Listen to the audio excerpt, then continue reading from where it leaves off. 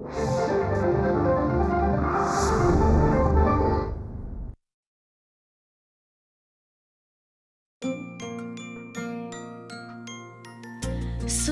बोलती शब्दांची शब्द पाहती रंग स्वरांचे रूप नवे साकारून येई मैत्र से हे शब्द सुरांचे मैत्र से हे शब्द सुरांचे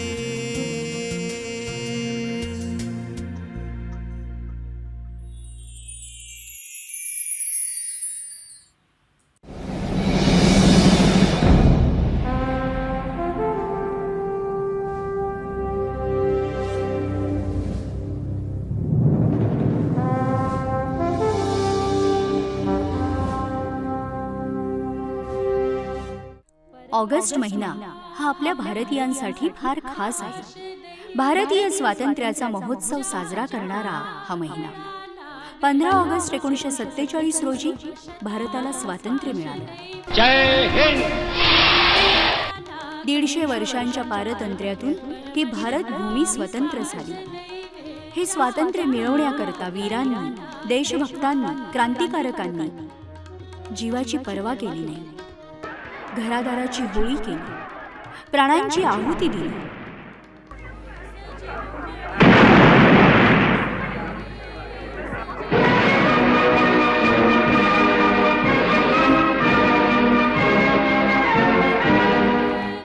आपल्या साहित्यातून त्यांच्या या बलिदानामुळेच स्वातंत्र्याचा हा महोत्सव आज आपण साजरा करू शकतो आहोत. आपल्या साहित्यात, संगीतात, चित्रपटात आणि नाटकातही या स्वातंत्र्य समरगाथेचं वीररसपूर्ण आणि तितकंच भावपूर्ण चित्रण झालेलं आहे. संन्यस्त खड्ग, रणदुंदुभी या संगीत नाटकातून ही वीररसगाथा भरभरून वाहिली. या आणि अशा नाटकांच्या केवळ संवादातच नव्हे तर पदांमध्येही जोश होता. या नाटकांनी आणि या नाट्यपदांनी भारतीय स्वातंत्र्य लढ्याचा इतिहास अक्षर साहित्यातच नव्हे तर मराठी रंगमंचावरही अजरामर केला.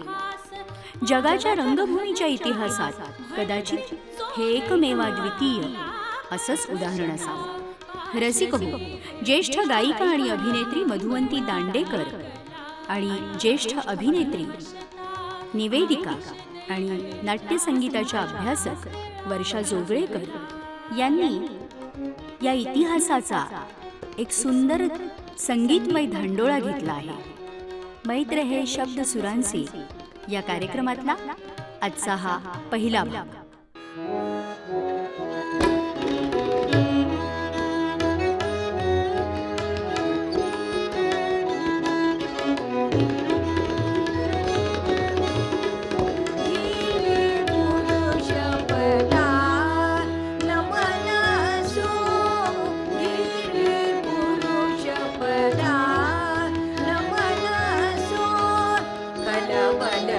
दुरित भूभा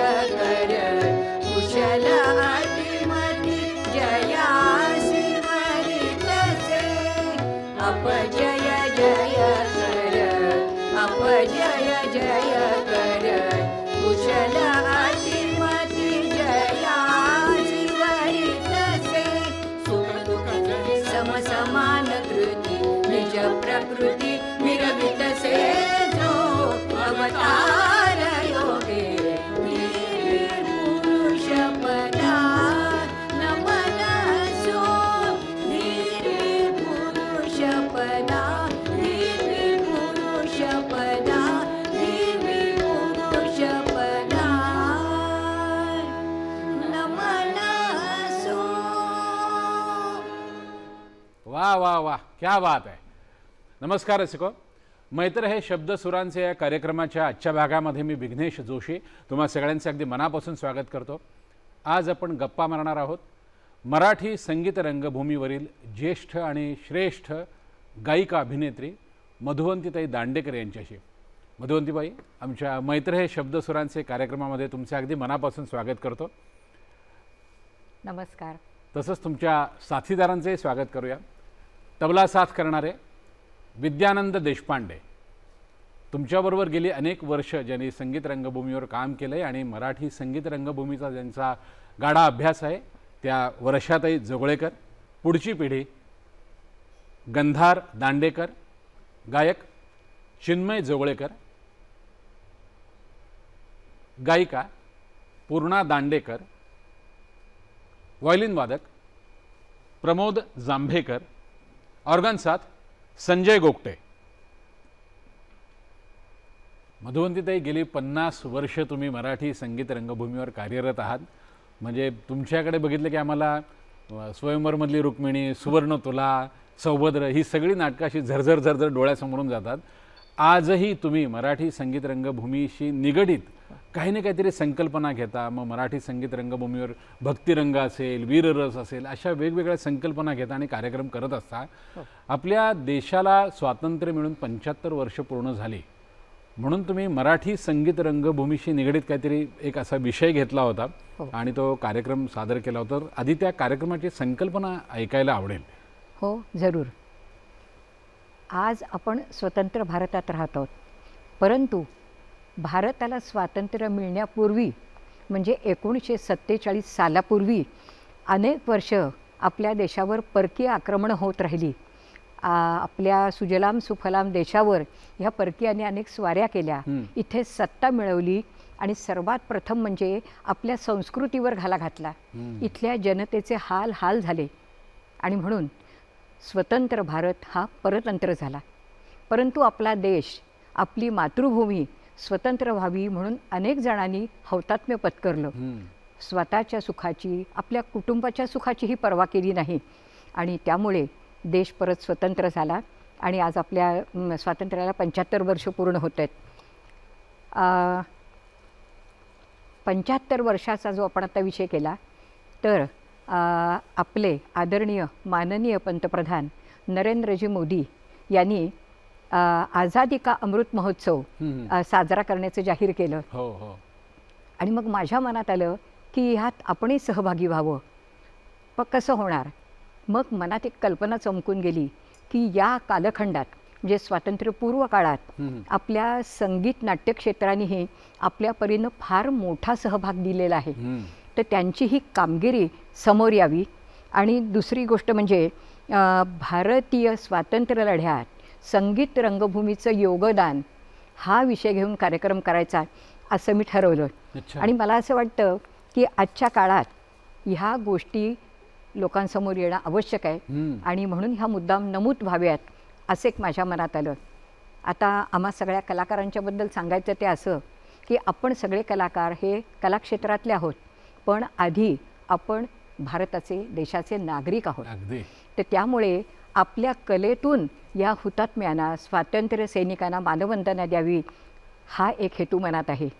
त्यामुळे दिव्य स्वातंत्र्य रवी या नावाने हा कार्यक्रम करायचं ठरवलं.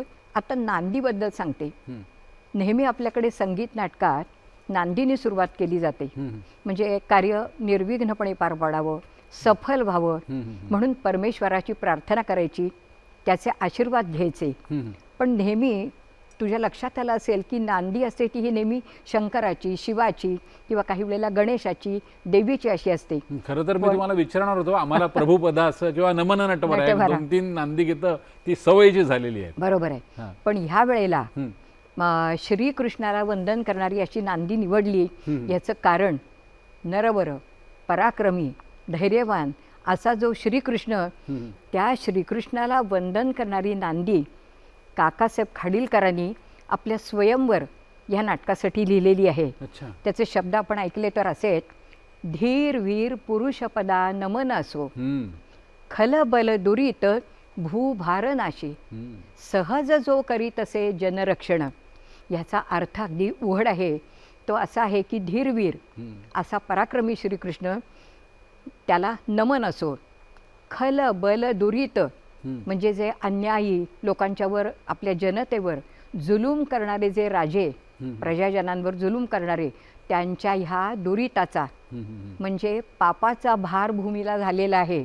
तर तो दुरिताचा भार श्रीकृष्णाने आपल्या पराक्रमानं त्यांचा पराभव करून सज्जनांना त्याच्यातून सोडवलं आणि परत धर्माचं राज्य स्थापित केलं.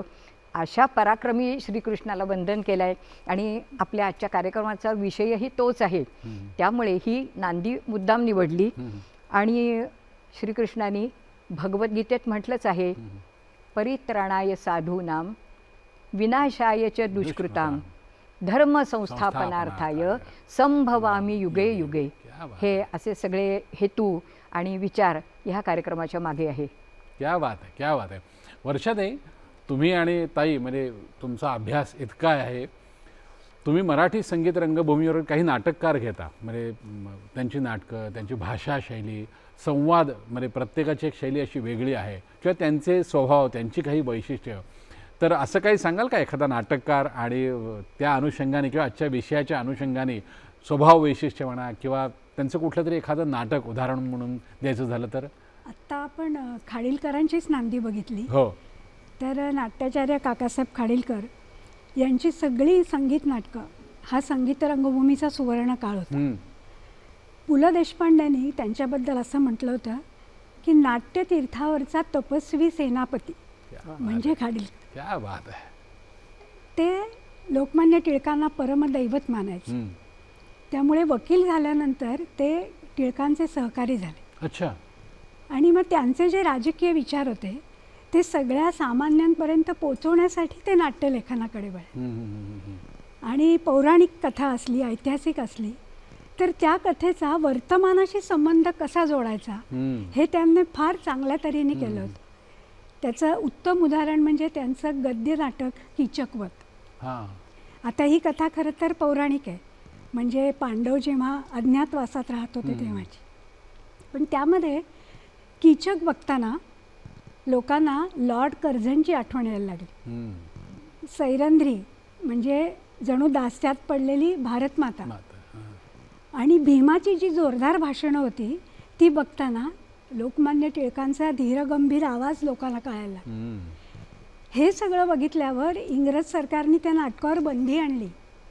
म्हणजे खाडीलकरांच्या भाषेचं सामर्थ्य किती होतं. त्यांची भाषा वाघ विलासिनी नसून वाघ भवानी होती असं म्हणतात. तर त्यांनी पहिलं संगीत नाटक लिहिलं मानापमान. आता ही कथा खरं तर काल्पनिक आहे, पण ह्या नाटकातला जो नायक आहे तो त्यांनी पराक्रमी असा सेनापती धैर्यधर दाखवला. आणि त्याच्या निमित्ताने संपूर्ण नाटकभर वीररस खेळवत ठेवला. त्यांचा जेव्हा धैर्यधर पहिल्यांदा महिषासूर मर्दिनीच्या दर्शनाला येतो तेव्हा ती मूर्ती बघितल्याबरोबर त्याला रणांगणाची आठवण होते. का तर ही देवी रणात वास करत असते आणि तिथल्या सैनिकांना रणनीती शिकवत असते अशी कल्पना खाडीलकरांनी केली. त्याच वेळीचं एक धैर्यधराचं पद त्यांनी लिहिलं आहे, फक्त 4 ओळीचं पद. अच्छा. पण त्यात महिषासूर मर्दिनीचं वर्णन त्यांनी कसं केलं आहे की ही असुरांचा संहार करणारी आहे, त्यांची शिरं धडावेगळी करून त्यांची माला काल महेश्वराला अर्पण करणारी अशी ही महिषासूर मर्दिनी. म्हणजे ह्या सगळ्या नुसत्या एका पदातून वीरवृत्तीचा चेतावणी द्यायची, हे काकासाहेब खाडीलकरांचं सामर्थ्य. क्या बात आहे. मग तेच धैर्यधराचं पद आपण आता ऐकूया. जरूर, का नाही, जरूर. तर आपण हे मानापमानमधलं धैर्यधराचं पदच ऐकूया. त्याचे शब्द असे आहेत, माता दिसली समरी विहरत नेत सकल नरवीर रणासी. ऐकूया. माता दिसली माता, माता दिसली माता, दिसली माता, दिसली समरी विहरत नेत सकल रणासी माता दिसली माता दिसली माता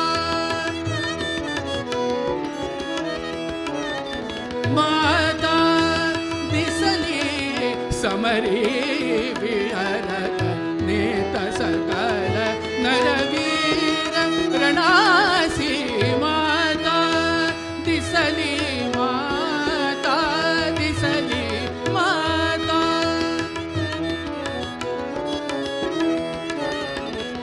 मस्तक माला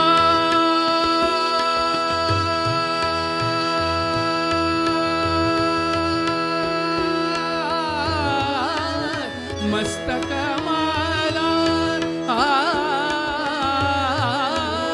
मस्तक माला कुंभित काल महेश्वर पती सेवेसी रणासी माता दिसली माता दिसली माता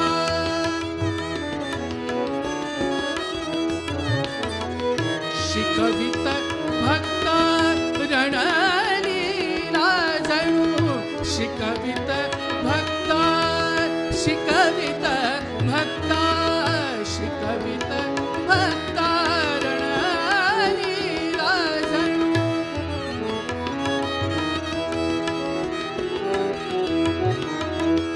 शिकवित भक्ता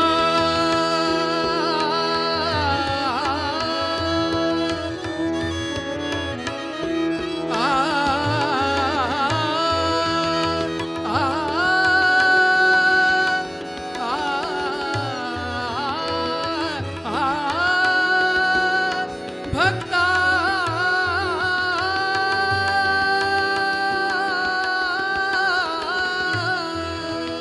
भक्ता शिकवित भक्ता रणलीला जणू भीषण युद्ध कलेसी रणासी माता दिसली समरी विहरत नेत सकल नरवीर रणासी माता दिसली माता दिसली माता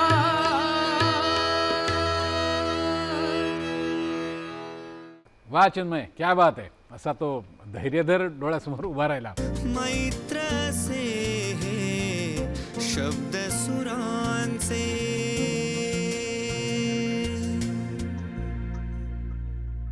मधुवंती ताई, सुप्रसिद्ध नाटककार विद्याधर गोखले नेहमी म्हणायचे की आमची संगीत नाटकं फक्त मनोरंजन करत नाहीत, तर त्याबरोबर थोडीशी काय म्हणतो आपण जनजागृतीसुद्धा करतात. त्यामुळे आमच्या संगीत नाटकांना इतकं हलक्यात घेऊ नका. अशी काही उदाहरणं देता येतील का हो, की ज्यामध्ये मनोरंजन आहेच पण मनोरंजनाबरोबर एक वेगळा विचारसुद्धा बरोबर मांडला गेलेला आहे, अशी काही, किंवा नाटककार त्यांची नाटकं, अशी काही उदाहरणं देता येतील? आहेत, अशी पुष्कळ उदाहरणं आहेत. देशाच्या स्वातंत्र्यासाठी आणि उन्नतीसाठी ज्यांनी सर्वस्व वाहिलं अशी एक व्यक्ती म्हणजे विदर्भातले अमरावतीचे वीर वामनराव जोशी. त्यांनी सशस्त्र क्रांतीसाठी युवकांची एक मोठी संघटना उभारली. बॉम्ब बनवण्याची कार्यशाळा चालवली. त्यांनी स्वतः अनेकदा कारावास भोगला. आणि सांगायची विशेष गोष्ट म्हणजे धन किंवा कीर्ती मिळवण्यासाठी म्हणून नव्हे, तर राष्ट्रीय चळवळीला पोषक होतील, प्रेरक होतील अशी नाटकं त्यांनी लिहिली. ब्रिटिश राजवटीत जनतेला जो संदेश द्यायचा तो उघडपणे बोलता येत नसे आणि म्हणूनच त्यांच्यात जागृती निर्माण करण्यासाठी त्यांनी नाटक या माध्यमाचा उपयोग केला. त्यांनी पहिलं नाटक लिहिलं ते राक्षसी महत्त्वाकांक्षा. याही नाटकावर बंदी आली होती बरं का. आणि त्याच्यानंतर मास्टर दीनानाथराव मंगेशकर यांच्या संस्थेकरता बलवंत संगीत नाटक मंडळी यांच्याकरता त्यांनी खास रणदुंदुभी हे नाटक लिहिलं. आणि त्याच्यामध्ये त्यांनी हाच संदेश दिला होता. आणि वीररसप्रधान संवाद आणि अतिशय प्रासादिक पदरचना ही त्यांची वैशिष्ट्य. त्यातलं परवशता पाशदैव ज्याच्या गळा लागला हे अगदी खेडोपाडी त्यावेळेला पोचलं. दादांची खूप छान आठवण आहे बरं का. म्हणजे वामनराव दादांची, त्यांची निस्पृहता आणि प्रखर देशभक्ती ह्या एका हृदय प्रसंगातून दिसून येते. देश स्वतंत्र झाल्यानंतर दादांच्या देशसेवेबद्दल सरकारने त्यांना 5,000 रुपयाची मदत पाठवली. अच्छा. परंतु करारी अशा दादानी मी माझी देशसेवा अद्याप लिलावात काढलेली नाही आहे असं सांगून ती रक्कम साभार परत केली. आता आपण त्यांचं नाटक जे रणदुंदुभी त्याच्याकडे वळणार आहोत. बरं. हेही असंच एकदम तेज नाटक, तेजस्वी नाटक. ह्या नाटकाची नायिका तेजस्विनी ही स्वतः तशीच तेजस्वी विचारांची निर्भीड आहे आणि नाटकाचा नायक आहे कदंब देशाचा राजा कंदर्प. या दोघांचा विवाह ठरलेला आहे. परंतु होतं काय की शेजारच्या देशाच्या राजांनी यांच्या राज्यावर आक्रमण केलं आहे. तरीसुद्धा अशा प्रसंगी रणभूमीवर न जाता राजा नाचरंगात विलासात दंग आहे हे पाहून ती त्याची कानउघाडणी करते आणि रणमैदानावर जाण्याकरता त्याला प्रेरित करते. हा जो प्रसंग आहे त्यातले सुरुवातीचे काही संवाद आणि त्याच्याबरोबर आपदा राजपदा भयदा हे आपण नाट्यपद ऐकूया. जरूर. मला ह्या गाण्याबद्दल एक असं सांगायचं आहे. आपदा राजपदा भयदा हे मूळ मास्टर दीनानाथराव दादरा तालात गात असत. अच्छा. आणि त्याचं वजनही दादरा तालाचंच आहे. तर कधी ते एकतालात गायलं जातं. परंतु मी स्वतः रणदुंदुभी नाटकात तेजस्विनीची भूमिका केलेली आहे आणि ह्या सगळ्या विचारांनीच आम्ही दादरा तालाचीच योजना केली होती आणि मी स्वतः ते दादरा तालातच म्हणत असे. आता मला एक मुद्दा असा इथे सांगायचा आहे की आपले सगळे प्रेक्षक संगीत ऐकतात, त्यातलं प्रेमाने ऐकतात, परंतु त्या गाण्याचे अर्थ आपल्याला माहीत असणं अत्यंत जरुरीचं आहे. कारण त्याच्यातून लेखक काहीतरी सांगतोय, त्याच्यातून कथानक पुढे जात असतं. तर त्यामुळे आपदा राजपदात थोडंसं पटकन समजायला अवघड आहे म्हणून मी थोडक्यात त्याचा अर्थ सांगते. आपदा म्हणजे संकट, राजपदा भयदा, राज्यपदा नव्हे, राजपदा म्हणजे राजाला, राजाचं पद आहे, राजपदा भयदा. ह्या भयदा म्हणजे राजाला अतिशय संकटात टाकणाऱ्या सुद्धा असू शकतात ह्या आपदा. म्हणून असं झालं की काय होतं, नृपती कामभोग निरती, म्हणजे राजानी हे असे रंगविलासन नाच रंगात काही दंग व्हायचं नाही, तर हे त्याचे असे जे कामभोग असतील म्हणजे इच्छा आणि त्याचा हे असं वागणं, ते त्याचे कामभोग ह्या संकटात सगळे निरसून जातात, निघून जातात. लोपुनिया चिरसुखदा दिव्यशील संपदा, म्हणजे राजाचे हे जे सगळे गुण आहेत, दिव्यशील त्याची जी संपदा आहे त्या अशा तऱ्हेने वागल्यावर ती लयाला जाते, लोप पावते. पापरता पामरता माते. आता मी विचार करायला लागले इथे माते शब्द कुठून आला, म्हणजे इथे माता ह्याचा तर काही संबंध नाही आहे. तर माते म्हणजे मला असं वाटतं काय म्हणते ती, हे जी पापरता आहे असं स्खलनशील वागणं आहे ते राजासाठी चांगलं नाही. आणि मग पुढे ते गाताना आपण ऐकाल की कशी ती अशी झटकन शब्द हे दिलेले आहेत चालीमध्ये. तर माते नरपती शिरी अरी सदा महाभयाधरित. नरपती म्हणजे राजा, शिरी राजाच्या शिरावर, नरपती शिरी अरी म्हणजे शत्रू, ते शत्रूचं भय असतं आणि तो शत्रू असा तुमच्या डोक्यावर नेहमी जणू काही उभाच आहे. तर असं, आणि म्हणून नरपती शिरी अरी सदा महाभयाधरित असा आपदा. तर हे खूप छान गाणं असं जोशपूर्ण आहे, ते आपण आता ऐकूया. आपदा राजपदा भयदा. जरूर जरूर. मामूली गोष्टी चालल्यात म्हणता. कंदर्प महाराज, राज्य पदरात टाका नाहीतर युद्धाला उभे राहा असा उद्दामपणाचा निर्वाणीचा खलिता मातंगेश्वराने आपल्याला पाठवलाय. एका क्षुद्र संस्थानिकानं उन्मत्तपणानं आपल्याला युद्धाचं आव्हान द्यावं हा काही मामूली प्रसंग नाही, हा निर्वाणीचा प्रसंग आहे. कबूल. या अपमानाचा बदला कसा घ्यावा याच विचारात आम्ही गुंतलो आहोत. महाराज, हे रत्ती विलास मंदिर म्हणजे हा काय खलबतखाना आहे? हे काय दरबाराचं मंत्रिमंडळ आहे? खरोखर युद्धाच्या आव्हानाला युद्धाचा डंका हाच बिनतोड जवाब आहे. अगं, तलवारीला तलवारीशी जबाब देण्याचा आमचा विचार नाही. आम्ही आणि मंत्रिमंडळानं मातंगेश्वराची तलवार मोडून पाडण्याचा निराळाच डाव, अगदी रामबाण उपाय योजलाय. ये आमच्याजवळ बैस. या आनंद विलासाचे 2 घुटके घेऊन थकल्या भागल्या जीवाला थोडी विश्रांती दे. नाही, तुमच्या रामबाण योजनेचा खुलासा झाल्याशिवाय मला तुमच्या रंगविलासात दंग व्हायचं नाही. काय सांगावं बुवा आता. धरलं तर चावतं आणि सोडलं तर पळतं अशी माझी अवस्था झाली. वाटल्यास थांब, वाटल्यास जा, मला काही विचारू नकोस. ठीक आहे, चालू दे तुमचा नाचरंग. महाराज, माझं बोलणं यावेळी आपल्याला रुचायचं नाही, पण जाता जाता मी आपल्याला एक सांगू इच्छिते की शत्रू दाराशी उभा असताना आपण अशा घाणेरड्या विलासरंगात दंग आहात हे काही ठीक नाही. आपला राजपदा भयदा, आपला राजपदा भयदा, आपला राजपदा भयदा. नृपती काम भोग निरती, नृपती काम भोग निरती. आपदा आपदा राजपदा भयदा, आपदा राजपदा भयदा.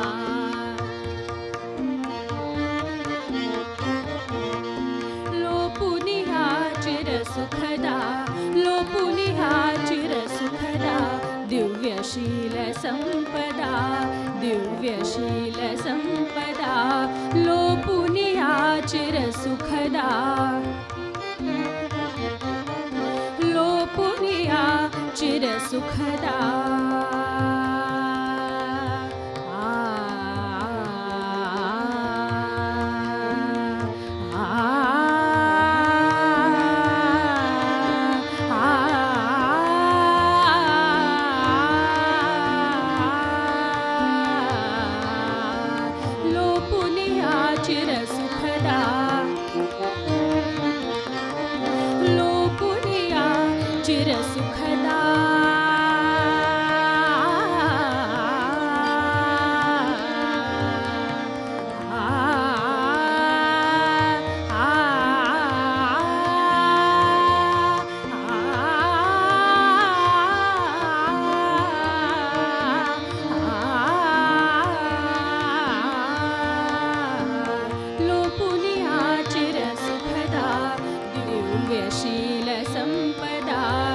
दिव्यशील संपदा, दिव्यशील संपदा, दिव्यशील संपदा. पापरता पामरता पापरता, पापरता पामरता पापरता पामरता. पापरता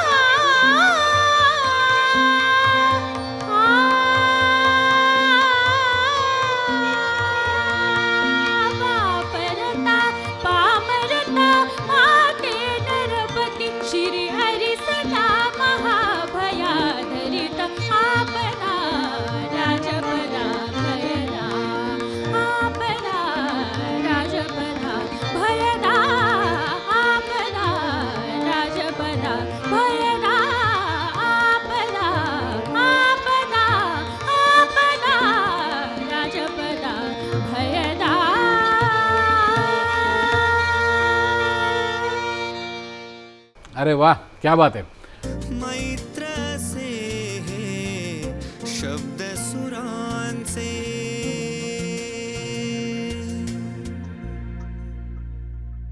मधुवंतीताई, आत्ता मास्टर दीनानाथराव मंगेशकर यांचा उल्लेख झाला आणि त्यामुळे पटकन एक नाव असं एकदम प्रकर्षाने डोक्यात आलं, ते म्हणजे स्वातंत्र्यवीर सावरकर. बरोबर. त्या दोघांची खूप जवळची मैत्री होती हो. आणि त्यांनी एक नाटकही केलं, तर तसा काही उल्लेख तुमच्या कार्यक्रमात होतो का नाही? हो, तर त्याच्याशिवाय मला असं वाटतं की हा कार्यक्रम पूर्ण होऊच शकत नाही. स्वातंत्र्यवीर विनायक दामोदर सावरकर मातृभूमी आणि स्वातंत्र्य, राष्ट्रहित आणि देशाचं संरक्षण याला सर्वोच्च प्राधान्य ज्यांनी दिलं ते म्हणजे सावरकर.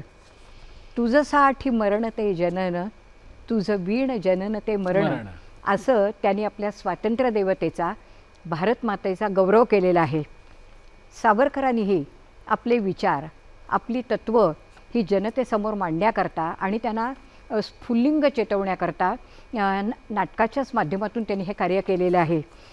त्यांनी 3 नाटकं लिहिली, उशाप, उत्तरक्रिया आणि संन्यस्त खड्ग.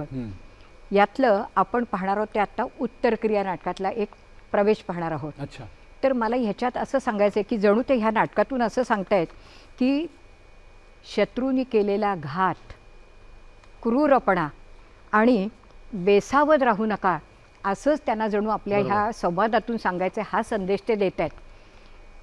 अफगाणिस्तानचा शासक अहमद शहा अब्दाली आणि मराठे यांच्यात हा पानिपतचा महाभयंकर असा रणसंग्राम झाला. मराठे अतिशय पराक्रमाने लढले, द्वेषाने लढले, परंतु अब्दालीच्या सैन्यापुढे त्यांना हार पत्करावी लागली, माघार घ्यावी लागली आणि हा एक फार मोठा आघातच होता. मराठी साम्राज्याच्या भाळावरची भळभळणारी जखम असं ह्याचं वर्णन केलं जातं.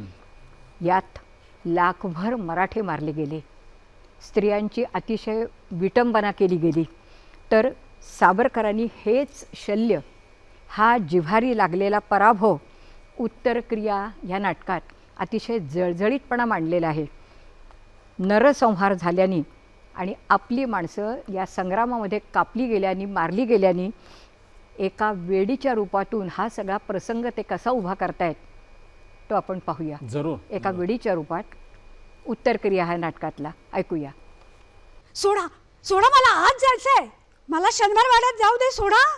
पहारेकरी, दरवाजा बाहेर गलका कसला होत आहे? काही विशेष नाही सरकार. एक वेडी आज 4-5 दिवस येऊन भिक्षा घातली तरी न घेता आत घुसण्यासाठी त्रागा करीत असते. येता जाता पोरं टोरं तिची गंमत करून हसत खिदळत असतात. इतकंच काय ते. बोलवा तिला आत. बाई, तुम्हाला काय हवंय? तूच तूच हवायस मला. शनिवार वाड्याचा धनी तो तूच ना, पण नाव काय तुझं?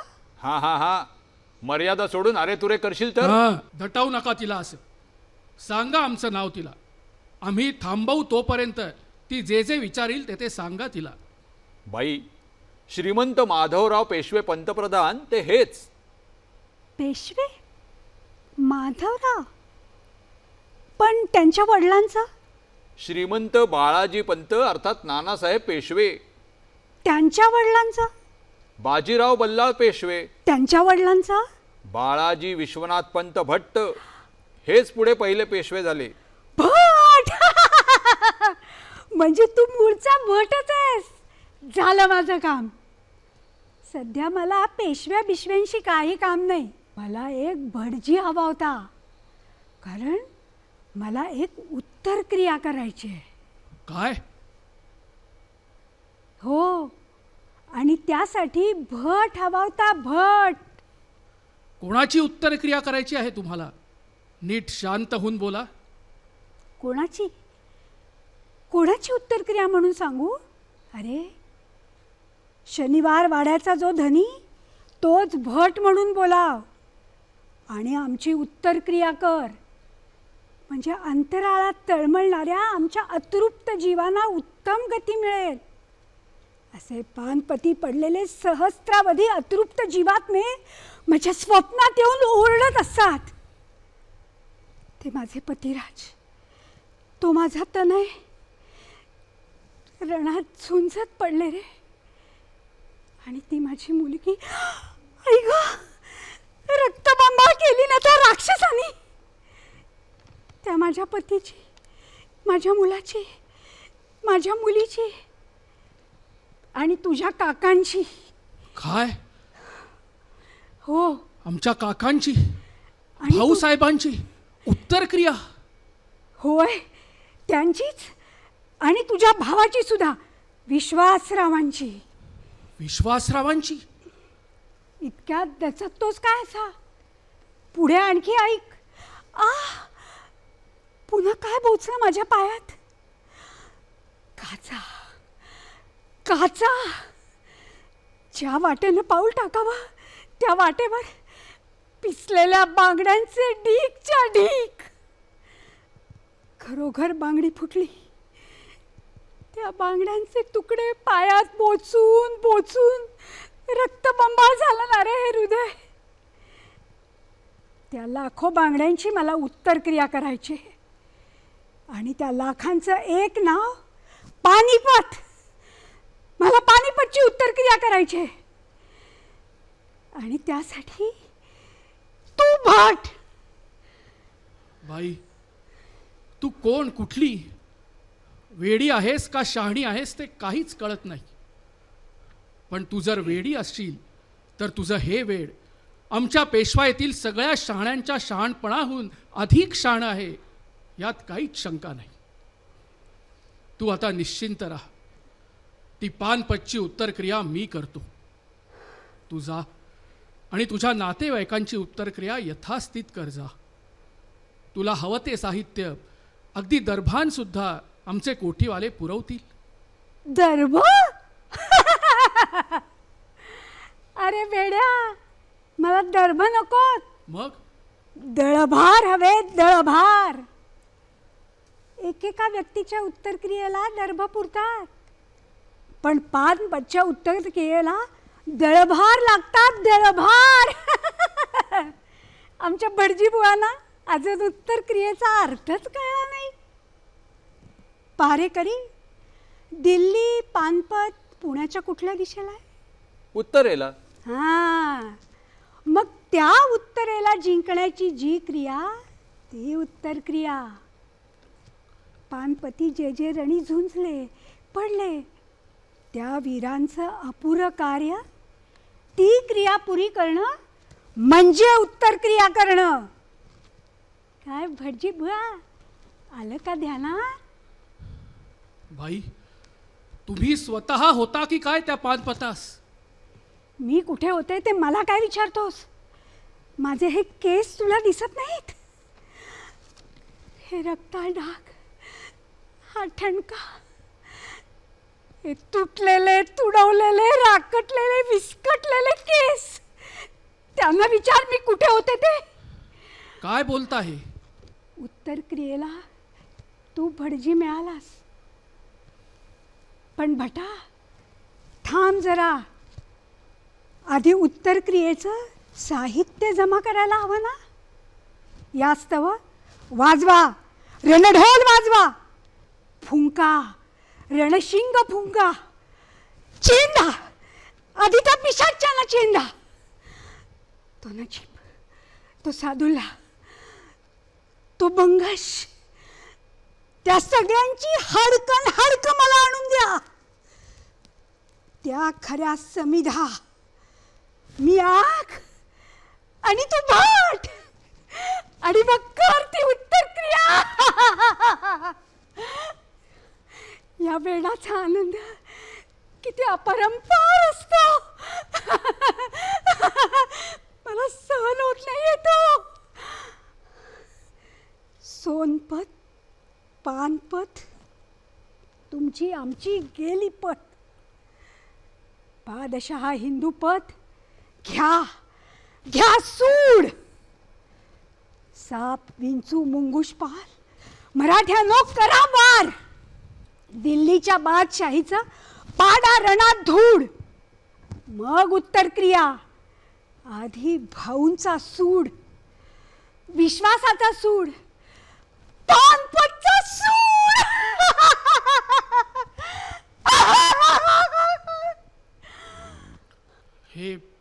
हे आत्ता मला कोण भेटलं? ही वेडी की पानपतच्या शल्यानं विद्ध झालेल्या महाराष्ट्राच्या हृदयातील मूर्तिमंत वेदना?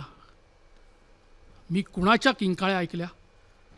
या वेडीच्या का पानपतच्या सुडासाठी तळमळणाऱ्या माझ्या उत्सुकतेच्या? भाऊसाहेबांची उत्तरक्रिया. अब्दालीच्या नाकावर टिचून पानपतचं उट्ट काढून उत्तर हिंद जिंकण्याचं ते भाऊंचं कार्य, ती महाराष्ट्रीय उत्तरक्रिया मी यथाविधी संपादन करणार. मी यथाविधी संपादन करणारच.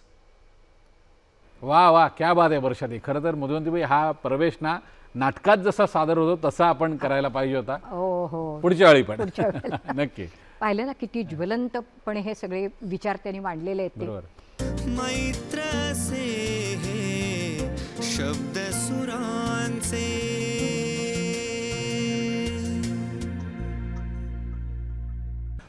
मानापमान झालं, उत्तरक्रिया झालं, शारदा झालं. पौराणिक नाटकांमध्ये असा कुठे देशभक्तीचा काही मुद्दा किंवा असा कधी विषय कुठे हाताळला गेलाय का? गोविंदराव टेंबे यांनी पौराणिक नाटकातच एक फार सुंदर हा मुद्दा आणलाय. अच्छा. म्हणजे द्रौपदी वस्त्रहरणाची कथेवर पूर्वी नाटक आलेलं होतं, हो. पण गोविंदराव टेंबे यांनी पटवर्धन या नावाचं नाटक लिहिलं. बर. पट म्हणजे वस्त्र हां आणि वर्धन हां हां. म्हणजे ते द्रौपदी वस्त्रहरणाचीच कथा होती, पण त्याला त्यांनी फार सुंदर वेगळा असा त्यांच्या विचार त्याच्यातून हां. पोचवला.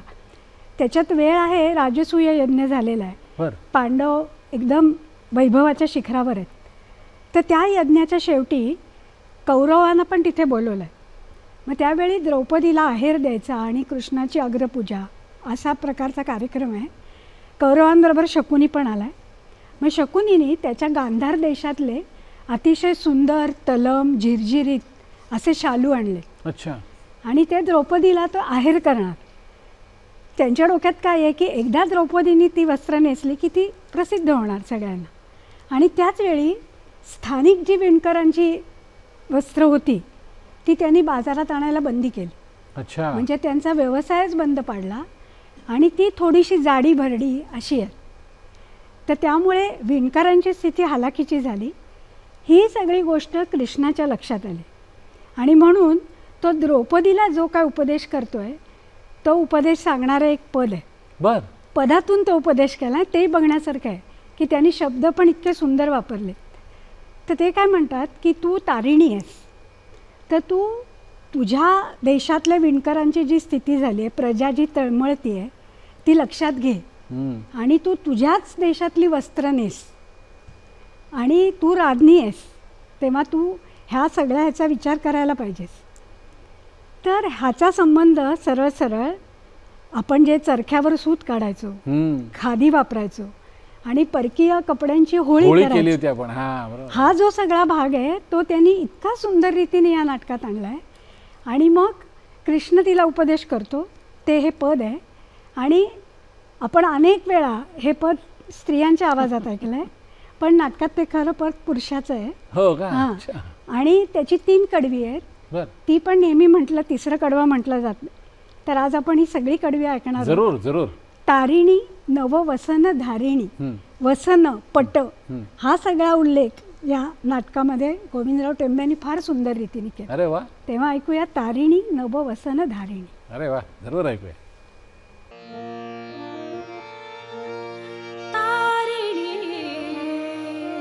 नववसन धारिणी, तारिणी नववसन धारिणी, तारिणी नववसन धारिणी, वात्सल्य हृदय धरुणी, वात्सल्य हृदय धरुणी, धरुणी वात्सल्य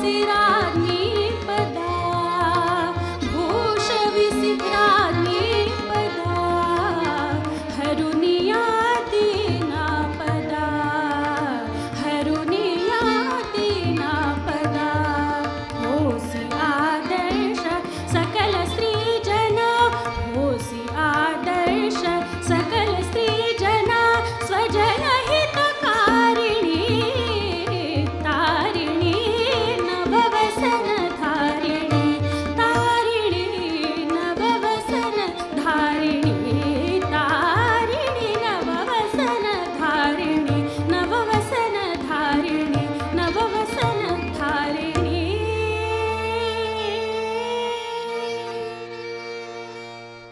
विघ्नेश, आणखीन एका नाटकाबद्दल तुला माहिती सांगते.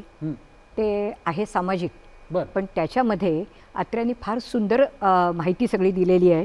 आणि लेखक, कवी, पत्रकार, वक्ता, नाट्य निर्माता, चित्रपट निर्माता अशा अत्र्यांनी वंदे भारतम हे 1937 साली नाटक लिहिलं. बर. त्याच्यात देशभक्तीचा असा काही सगळा संदर्भ आणि धागा विणलेला होता. तो म्हणजे भारताला स्वातंत्र्य मिळावं म्हणून सगळे त्या लढ्यात एकत्र यावेत, जातीभेद नष्ट व्हावेत, हिंदू संघटित व्हावा आणि आपल्या पूर्वीच्या तेजाने पुन्हा तळपावा, अशा तऱ्हेचे विचार त्यांनी नाटकात मांडलेले आहेत. आता या नाटकाबद्दल बघूया. वंदे भारतम ह्या नाटकातली श्रीमंत प्रतिष्ठित घरातली युवती अलका ही नायिका आहे. आणि सामान्य गरीब घरातला मुलगा जो दिलीप, तो त्याचा नायक आहे. पण तो कट्टर देशभक्त आहे बरं का. त्याचे मित्र असंच त्यांना अशी टिंगलटवाळी करायची सवय असते. तर ते जातीभेद, उच्च नीचता, हिंदू धर्मातले आचार विचार यावरून टिंगलटवाळी करत असतात. तेव्हा तो दिलीप बाणेदारपणाने त्यांना म्हणतो, अहो, हिंदू धर्म शेंडीत नाही का जाणव्यात नाही. हिंदुस्थानला जो आपली मातृभूमी समजतो आणि हिंदुस्थान स्वतंत्र व्हावा म्हणून ज्याचा आत्मा तळमळतो तो हिंदू. भारतभूमी नाचवी ज्याच्या प्रेमाचा सिंधू, भारतभूमी नाचवी ज्याच्या प्रेमाचा सिंधू, तोच खरा हिंदू.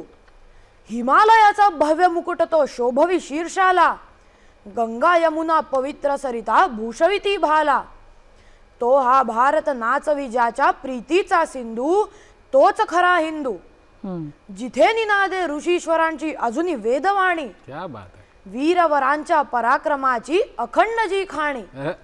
आर्यभूमी ती नाचवी ज्याच्या भक्तीचा सिंधू, तोच खरा हिंदू. सुवर्णभूमी म्हणून जी याची त्रिखंड भर कीर्ती, अर्ध्या पोटी तिथे जगडती आज 30 कोटी. त्या भूमीतील गरीब लेकरा जो मानी बंधू, तोच खरा हिंदू. वा. दास्य मग्न ही जरी या जला आर्यांची भूमी, चिंतित असे परी रात्रंदिन जो तिला मातृभूमी. सिद्ध तिच्या स्तव सांडा या जो रक्ताचे बिंदू, सिद्ध तिच्या स्तव सांडा या जो रक्ताचे बिंदू, तोच खरा हिंदू, तोच खरा हिंदू. वा, क्या बात आहे, क्या बात आहे. बरं का. ह्या नाटकाची नायिका म्हणजे वंदे भारतम या नाटकाची नायिका अलका आहे. तिचं दिलीपवर प्रेम आहे, परंतु स्वातंत्र्य चळवळीमध्ये तो सारखा मग्न असतो, त्याच गडबडीत असतो. त्यामुळे त्या दोघांची काही जास्ती भेट होत नाही. तेव्हा अलका त्याला म्हणते, तुम्ही देशसेवा जरूर करा, पण निष्ठुरपणे माझी उपेक्षा का करता? माझ्या प्रेमाचा धिक्कार का करता? अलका, प्रेमाची रडगाणी ऐकण्याच्या मनस्थितीत मी नाही. राष्ट्रसेवेची रणशिंग बाहेर वाजत असताना, सत्याग्रहाच्या दुमदुमी दाही दिशातून दुमदुमत असताना, वैयक्तिक प्रणयाच्या क्षुद्र गुणगुणण्याकडे कोणाचं लक्ष जाणार? राष्ट्राची हाक तुला ऐकू येत नाही. मोहाच्या भोवऱ्यातून बाहेर पडल्याशिवाय तुझा विवेक टाळ्यावर येणार नाही. राष्ट्राची आपत्ती हा भोगाचा काळ नसून त्यागाचा काळ आहे.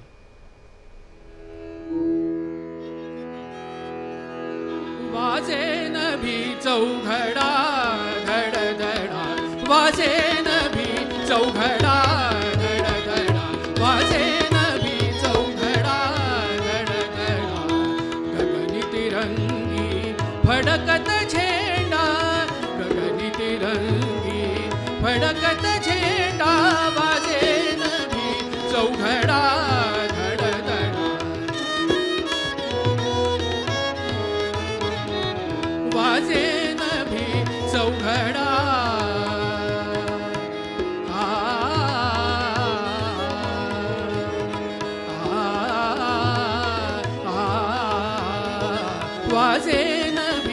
चौघडा धडधडा वाजे नभी चौघडा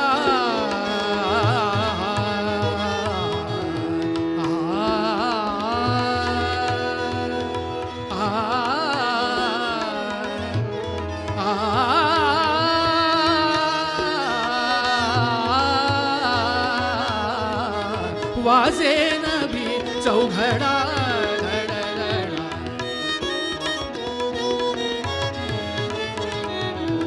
समर समय हा वाजत डंका समर समय हा वाजत डंका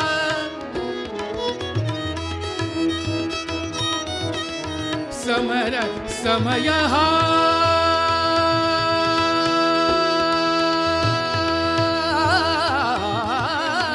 समर समय हा वाजत डंका समर समय हा समर समय हा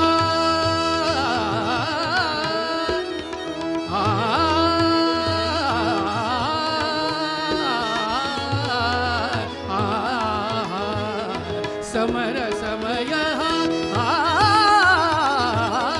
समर समय समर समय